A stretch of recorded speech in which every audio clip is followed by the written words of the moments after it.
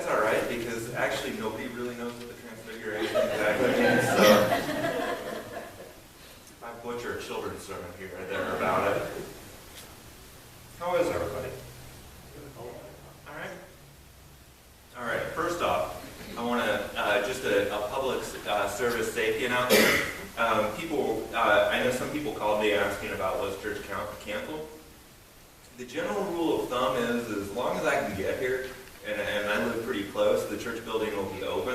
However, if you ever look outside and think, it will not be safe for me to go to church, don't come to church.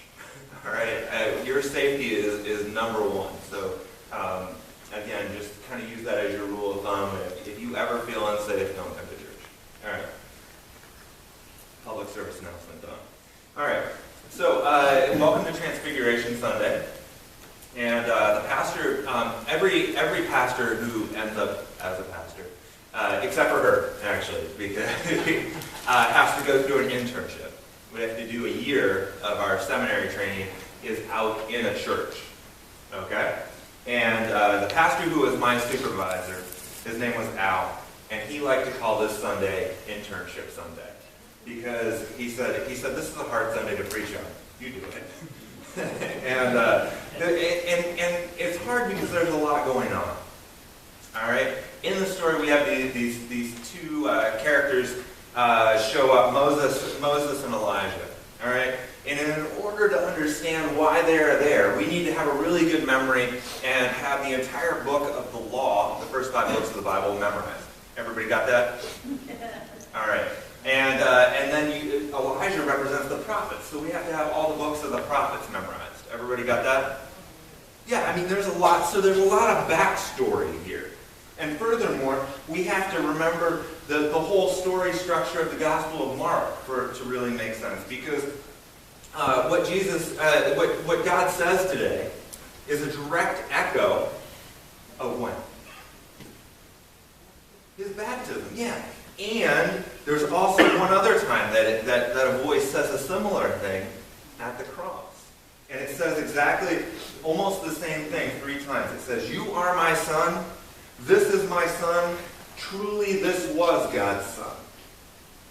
And, okay, so everybody got the fact that they need to remember all the Old Testament and then basically the entire book of Mark memorized. Everybody got that? Okay, good. And so if remembering all the Old Testament and the details and the nuances of Mark's entire gospel, Transfiguration stands out as an important part of the church year too. So we got to look at that as well. About 2 months ago, we were in church. Almost exactly 2 months ago, we were lighting candles and singing Silent Night and celebrating Jesus' birth. Right? And about another 2 months, we'll be back in church. Only that time we'll be extinguishing candles, singing O Sacred Head Now Wounded, and be here for Good Friday. So you can see that we are exactly at a halfway point in Mark's Gospel. We are at a halfway point, some ways, in the church year. So you can see that we've got a lot going on and a lot being symbolized on Transfiguration Sunday. So again, I'm going to try to make sense. It feels like we're at a major turning point. We're at a major turning point of the whole biblical story. We're at a major turning point in Mark's Gospel, and we're at a major turning point in the entire church year.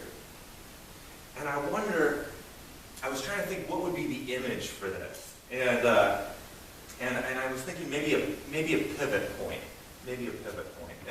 And what sport do we normally associate pivots with? Basketball, okay? And I don't know if anybody knows this, but Pastor Jim might be the worst, most awkward basketball player in the entire world.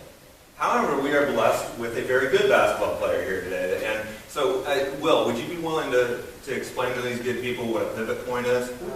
Yeah, in basketball, when you're not dribbling, you keep one foot still and you change direction. Okay, yeah, you change direction. And why might you want to change direction? To get away from the other team. Yeah, to get away from the other team, confuse the other team, open up a shot, etc. Thank you very much, Will. We appreciate it. All right. But, and with this, all right, I wonder, could we use a pivot step to confuse or kind of like fake out somebody? Okay, yeah, again, and get around your opponent. And I wonder if the Transfiguration is the ultimate pivot step. All right? And what if this morning, the disciples, you, me, and the world are witnessing God make a radical change in direction? A change that we don't expect, that we don't fully understand, and that kind of fakes us out. Until this point, Jesus, if you read through the Gospel of Mark, which I know many of you have because you're studying up for the Bible Bowl, if you read through it, Jesus is sweeping all the opposition before him. All right? He's casting out demons. He's outwitting the religious authorities. He's healing the sick. He's feeding the hungry. And now Jesus stands high on a hill with the two greatest figures in Jewish history, bathed in glory and light. And it looks like Jesus is headed for the win, right? All right, it looks like he's going to be king, looks like he's going to be victorious. And suddenly Jesus takes us in the exact opposite direction. Jesus says that he's not headed for happiness. He's not headed for riches. He's not headed for victory. But instead towards suffering and death. What? As Jesus and his disciples head back down from the mountain, they're immediately immersed in conflict, and the crowds begin to fall away. And then the disciples start to fall away, until when the next time that Jesus is up on a hill, it's in the dark by himself, and he's on a cross. And there's no reassuring voice from heaven. Today, Jesus pivots us unexpectedly from glory towards length and towards the cross. And this is a hard Sunday for me personally to preach on. I don't know about anybody else. I'm a lot like Peter. I want to look at the positive, and I want to stay where where it's good and happy, and we've got the glory, happy, shiny Jesus up there. That's the one that I like. I want to stay on the mountaintop with that Jesus. And we hear this in a lot of churches. We hear this on television. We hear this in like biblical self-help books. If you just believe enough, you won't get sick, right? And if you're just faithful to God, God will make you rich. If you just believe enough, if you just trust enough, if you have enough faith, everything will work out well. Has anybody heard anything like this before?